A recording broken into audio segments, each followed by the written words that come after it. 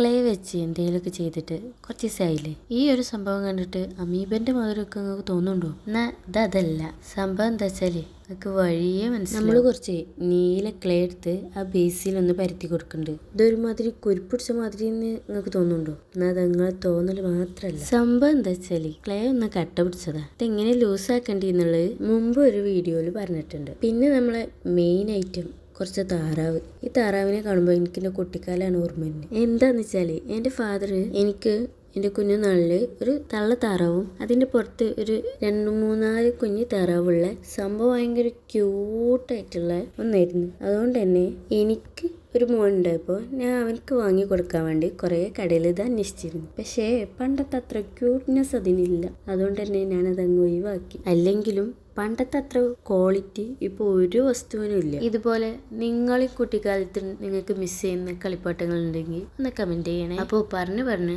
നമ്മുടെ കുളം ഇവിടെ റെഡി ആയിട്ടുണ്ട്, റെഡി ആവണുണ്ട്. അങ്ങനെ താറാവിന് നമ്മൾ 2 കണ്ണും വെച്ച് സാധനം ഇവിടെ സെറ്റ് ആക്കിയിട്ടുണ്ട്. അപ്പോൾ ഇഷ്ടപ്പെട്ടോ?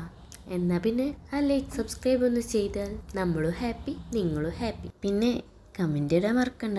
അപ്പോൾ ഓക്കെ, ബൈ.